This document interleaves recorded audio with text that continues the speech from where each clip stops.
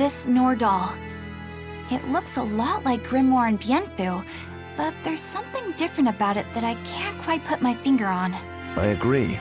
Those two are positively gloomy, but this doll seems calming, yet glamorous too. Like I said, a quiet radiance. Yeah. You think so? I think it's more lethargic or absent-minded. Like I can't tell what's going on in its head. Either way, I'm 1,000 times cuter than that thing. What's cute about you? People who keep their faces covered are creepy. I don't know. There's definitely something off about it. It's charming, but a little ominous. Like I can never entirely be at ease around it, if that makes sense. You think so? Actually, I think it's cute. It reminds me of a little baby. You think this looks like a baby? I remember when my sister was about as small as that doll. She had the tiniest little hands, and she tried to grip my pinky as best she could. Really? I'd take my pinky with her fingers wrapped around it and poke her cheek, and she'd just be all smiles. I swore to myself I'd always do whatever I could to protect her. Once she got a little older and started fixing meals, lots of weird things began to happen around us. Wherever we went, she was in danger. Demons attacked us. A dragon tried to kidnap her. That's when I first realized what it was that I carried. That the cause of all my sister's pain was my blessing, my Reaper's curse. So, you left her behind and went on your search for a way to break the curse. Right. And that's when I met Ifrid. It was from him that I first heard about the Nordals. He thought the stories about them were all just baseless rumors. I guess we'll never know for sure unless we gather them all. But... What is it? I think something good will happen once they're all together. Why do you say that? Well, because we found this doll, you shared some of your past with us. That makes me kinda happy. So I think we should get the other three, so more happy stuff happens. Hard to argue with you there.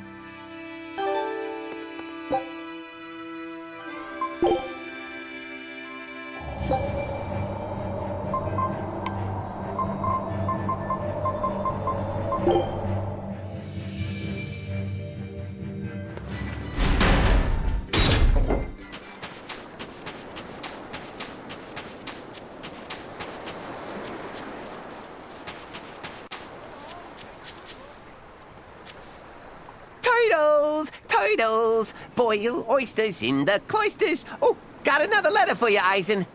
Okay. Maybe it's from your sister this time. You want to read it? Me? Please allow me. Now then. Your cruelty knows no bounds. You bring deep sadness to a fair maiden's heart with each passing day. Repent or else I'll be forced to intervene. This is your final warning. And that's it. Wow, this person sounds really mad. Eisen, what did you go and do to make the fair maiden cry? I don't know, but I could try a couple things on you. Ooh, excuse me if I forget to be scared. The letter mentions a fair maiden.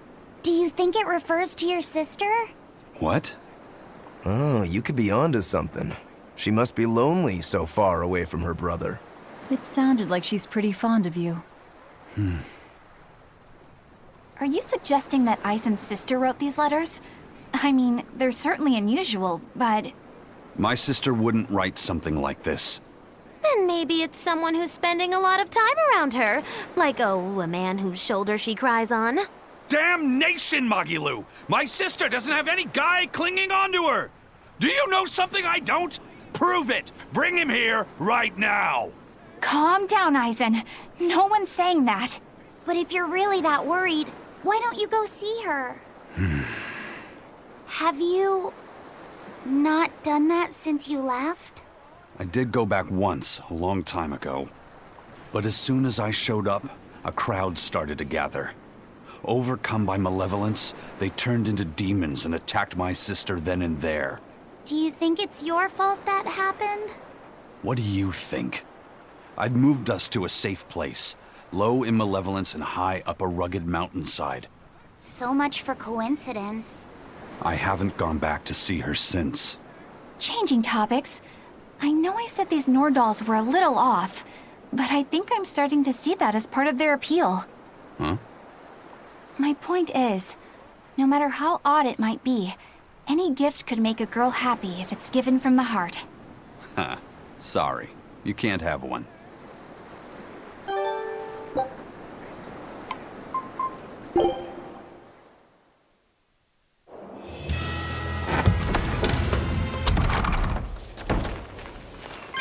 That's 3 Nordals collected, and 1 to go. Right. Usually that turtle shows up right about now. What gives? Turtles, loiters, embroiders?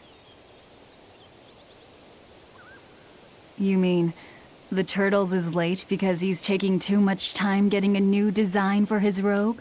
I knew you could follow along, my dear little oyster. Should we wait for him a bit longer?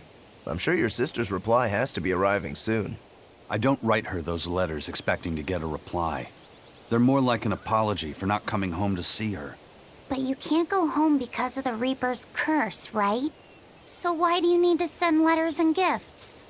Soon after I left, my sister wrote me a letter. She said, "I don't care if it's dangerous. I want to be with you." Maybe the old me, once I realized there was no fixing this curse, would have gone home prepared to do everything in my power to protect her. But I'm not the old me. Haven't been since I met Ifrit and his crew. I understand. You found your place on that ship. Even if you lifted the curse, you wouldn't move back home. Do you think your sister knows that? I haven't told her directly, but I'm sure she's realized it. She's smart, and she's empathetic. That's why she never sends me a reply. You mean because she respects that you've chosen your way of life? That's probably how she sees it, yes. But understanding does not preclude loneliness. I think she doesn't reply as a way of showing that she disapproves. And you keep on sending those letters by way of atonement. I don't think it's anything so noble as that, but sure. You're probably not too far off the mark. A brother writing letters knowing he'll never get a reply. And a sister waiting for a brother she knows will never come home. You two make it so damn complicated. Just talk it out face to face and make up already. It's not that hard. At least the person you care about is still alive. Velvet. Are we done here? Let's go.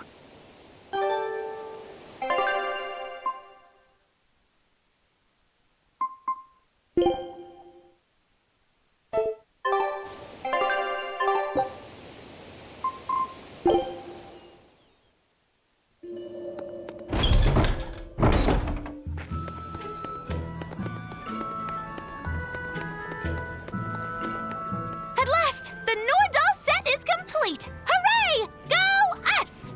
Turtles! Turtles! Just in time for the winner circles. Your detective skills truly put mine to shame. It wouldn't have taken so much time and effort if you'd been willing to help us look. But you'll make it up to us with a suitable discount next time we trade. Can't you give me a break? Never mind. Do you have anything for us? I do mind that. But yeah, here's another letter for Eisen. Another one? I will keep this missive short as my patience with you has expired. Come to the prison island and face your judgment. I will not blame you if you run, but I will consider you a heartless coward of a brother. Oh, this sounds like a challenge to a fight. Now we're talking my language. Let's get going. Whoever this is, they're just trying to get under your skin. Why not let it go and move on? This is the 3rd letter, not counting any that might not have reached us. I say we should go nip this in the bud. Yeah, I think so too. If we just keep ignoring it, something might happen to Eisen's sister. Exactly. I can't allow that. I want to head to Titania and settle things.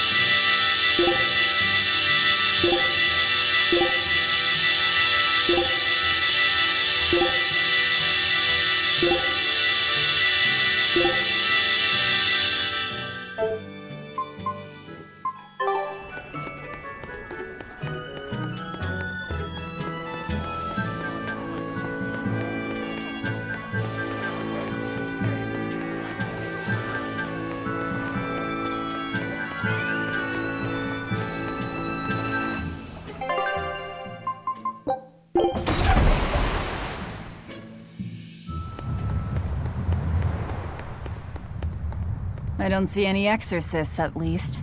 They must have pulled a runner once they were finished here. If our challenger knew that when selecting this location, I suspect we're in for a serious fight. We need to stay careful.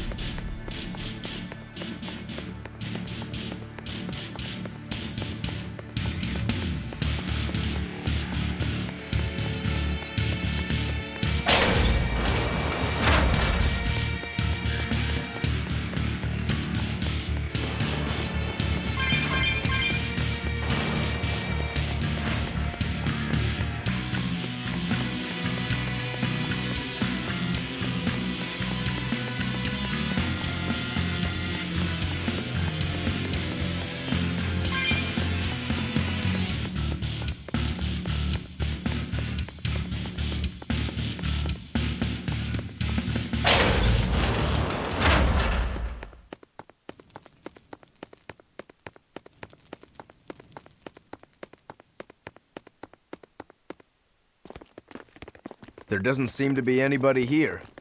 Wait, what's up with that box? The time has come for judgment and retribution! What the... Did a Nordal just come out of that box? Who are you? Very well. You ought to know the name of he who consigned you to the flames of hell. Wait. I am... You were that Norman, right? Phoenix or whatever? Ha! No wonder those letters were so full of empty threats and blustery nonsense. Bien! This is bad. The self-styled strongest Norman of all Norman is the mastermind behind all of this! Self-styled? I am the man among men, the strongest Norman of all Norman. I am Phoenix. Yeah, we've covered that already. So you're the one who wrote all those letters. What's your bone with me? I merely seek to right wrongs. I recently came into possession of a letter from a sister pouring her heart out to her brother.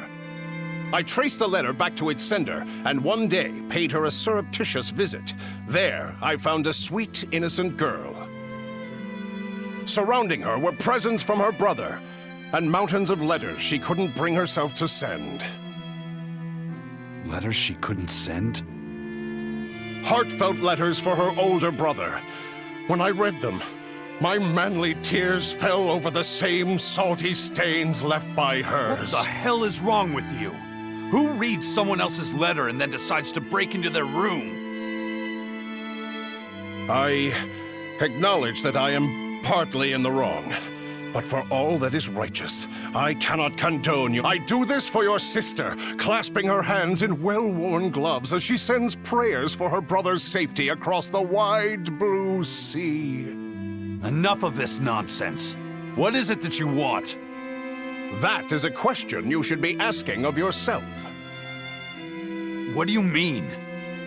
Just what is it that you're communicating with the superficial scrawlings and shoddy baubles you send her?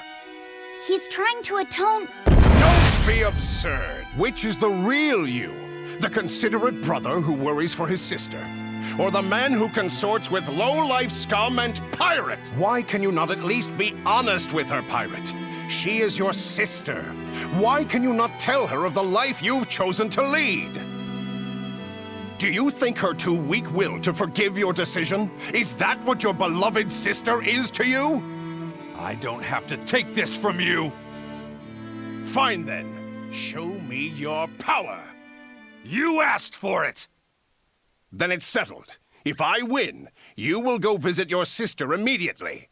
But if I lose, I will obey your every command.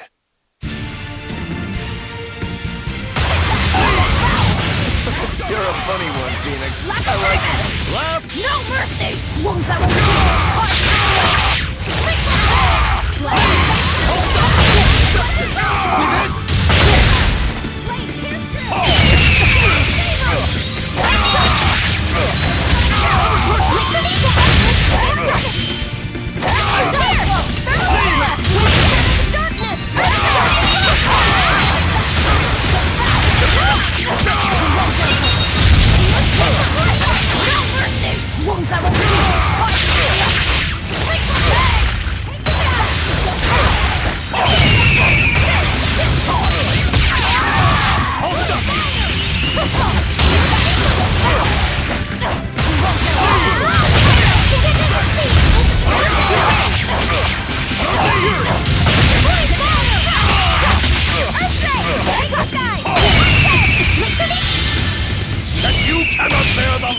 my glory, for I am the winds of heaven!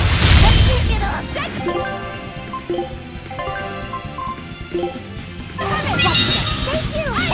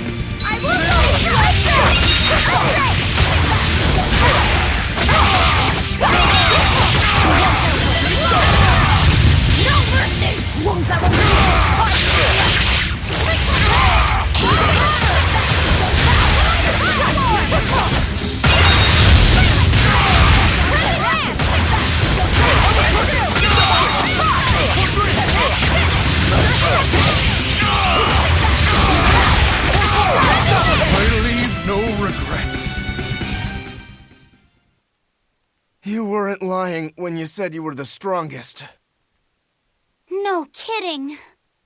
Strong or not, you picked a fight with the Reaper. Time to pay the price. Wait, Eisen, what are you?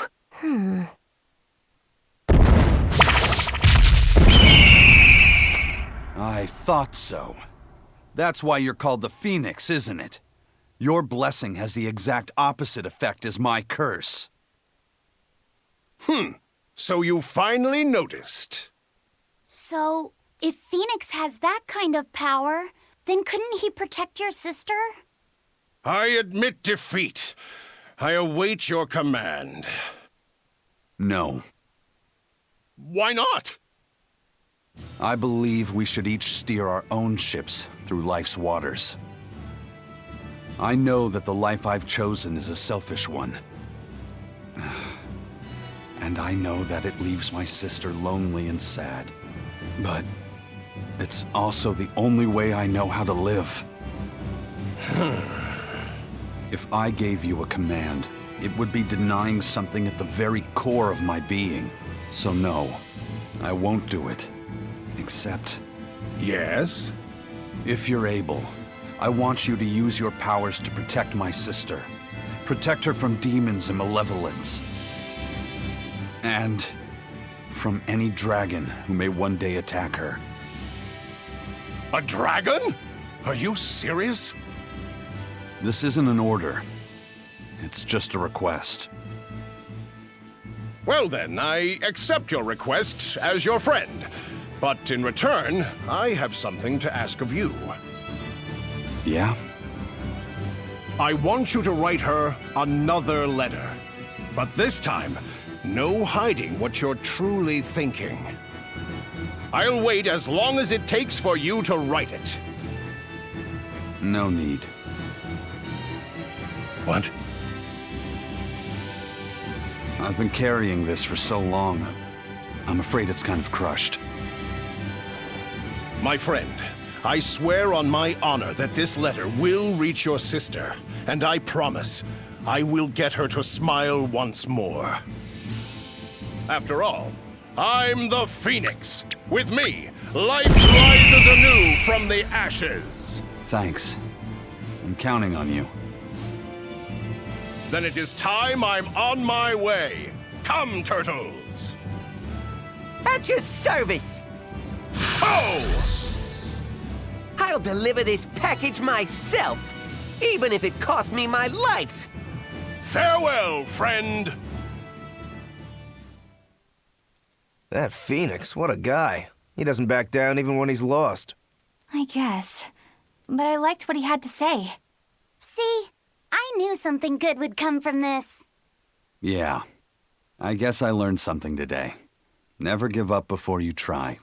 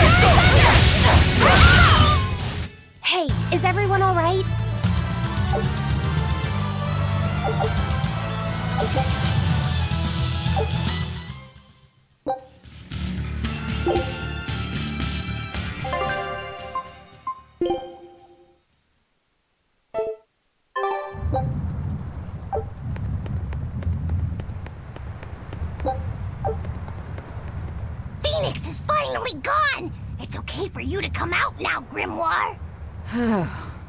He's so stuffy, as always, that he made me sweat, and I was even hiding. Now that I think about it, neither of you showed your faces when Phoenix was here, did you? Why wouldn't you two want to see a fellow Norman? I guess that asks for an explanation. All right, I think I can tell you now anyway. Broadly speaking, Norman fall into two different categories. Dog Norman and Cat Norman. The ones who like to be around humans, like Phoenix, are your dog types. The ones who prefer to stick around objects and places are the cat types. I've heard people say that dogs get attached to the human and cats get attached to the home. So, since Magilou's relied on you a lot over the years, does that make you a dog Norman? No, not really. My powers actually work with Miss Magilou's guardians, not Miss Magilou herself. That makes me a cat type. Though actually, considering how I serve a witch, I'd be a cat type either way. Anyway, back on topic. Dog Norman like to live among lots of humans in comfort and style. Cat Norman like me and Grimoire would rather live in forests and ruins and pass our time in idle leisure. Some, ourselves included, don't conform with expectations, instead choosing to live as we please alongside humans. What does this have to do with wanting to avoid Phoenix? There's a gap between us that can't be bridged. Like the difference between sky blue and sea blue. Come on, aren't sky blue and sea blue basically the same color? Maybe to your untrained eye, but to those who care, there's a perceptible difference in hue, slight though it might be. Whatever it is that separates them is impossible to overcome. I didn't realize it could be such a big deal. Let me ask you guys this. Are pudding and custard the same? No, definitely not. If I ordered one, I wouldn't want to be served the other. Those still sound more or less the same to me, too. What if I said it was like the difference between sherbet and sorbet? Oh, yeah, there is a difference there. Although I usually can't remember which is which. So, like the difference between a hoagie and a sub sandwich? But those two are the same. Anyway, you get the point now, surely. We've long had our differences, and they put us in perpetual conflict. But what good does that do? Actually, on that note, is Aizen's sister going to be okay with Phoenix around? That much I wouldn't worry about. He can be obnoxiously brash and talks a lot of nonsense sometimes. But if nothing else, Phoenix has a strong sense of responsibility. Rest assured, she's in good hands. Although if you work him too hard, he'll start making speeches about uprisings and insurrections and all that stuff.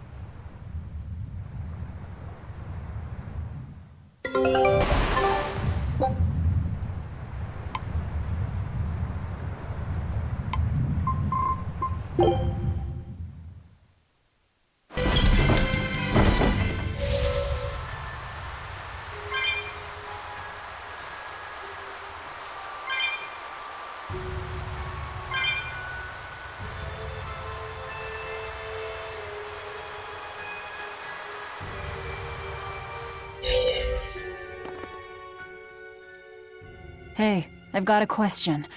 Were you one of the Norman who traveled with Artorias? Why, sure! Are you a relative of his or something? Tell me, what happened here? No can do. That ain't something I can just go blabbing about. I'm a follower of Melchior's, who in turn stood behind Claudin. Please, we'd like to know. Well then, this place is where Claudin died. It all happened more than 10 years ago. Claudin had taken an oath never to kill, but he broke it to save the life of Artorias, his most beloved disciple. Another death on his hands. Nah, Artorias didn't do nothing wrong. There was no other way Claudin could have saved the boy. Besides, Claudin had nearly stretched that oath to its limits. Claudin believed in the purity of Artorias' spirit. He entrusted his hopes and the very future of the world to his disciple. Sad thing is, Artorias just kept blaming himself for the death of his master. That sounds like him. So he tried to do everything he could to live up to Claudin's ideals. With no one else to help, he tried all teaching folks about Malachine and them dreadful demons, and how important it is to have a pure heart. But people had lived in peace so long, they didn't care for his stories. And in the end, the 4 Empyreans drifted into slumber. Once again, Artorias felt he had nobody to blame but himself. So what did he do? He started talking about how if we stuck with him, he'd turn us into demons. So he journeyed to the east, all by his lonesome. He went east. Say! How is Artorias doing these days? What's he been up to? Thanks for sharing your story. I know it must not be the easiest thing to talk about. Midgand has become a dangerous place. You should go back to Norman Island before you turn into a demon. So, our young head exorcist, racked with despair and helplessness, gave everything up and headed to the east. So then, to Eastgand, I guess? Maybe to a ball? Velvet, why don't we stop in a ball? I feel like we're being called there. Yeah, I feel it too.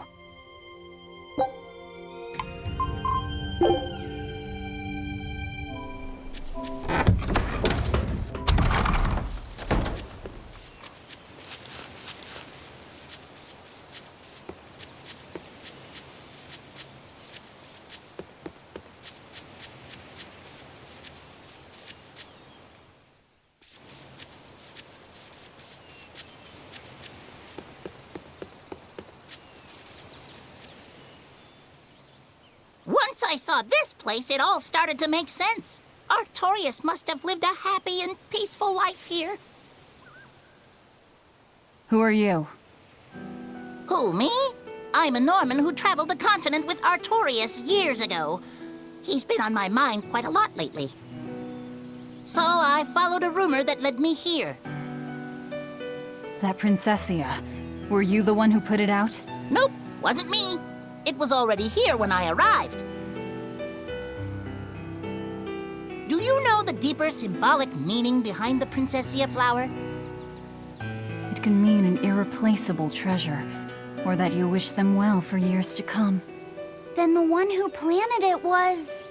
Yep, that's right. The person lying in this grave saved the life of a certain someone who had been worn down and broken by his mission. Thank you. The poor fellow. He was always so serious. So deadly, deadly serious. And he was practically always being strangled by his own conscience. So much so that he deluded himself into believing he needed to erase the emotions of the human race he so dearly loved. Please, if I may, somehow, some way, set the poor guy free. Oh, I intend to. But my version of setting him free might be a bit different from yours. Well, I'm still counting on you, Lord of Calamity. I think I understand Artorias' past now. Yeah. No matter who you are or how far up the chain you climb, life never entirely goes your way. You said it. As much as he claims to be a man of reason, he still managed to give in to sentiment enough to plant flowers here. Not only can he not protect the ones he loves, he can't even permit himself to be free. Indeed. But I think that's human nature, too. I suppose. But I'd also say he has an inner strength like no one else. He lost his master and his wife, and yet he overcame those failures to rise again as the shepherd. I get that. But it doesn't absolve his crimes.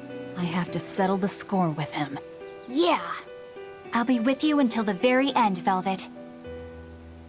Are you sure that's really something you want to say in front of your sister's gravesite? All the more reason. She should hear this.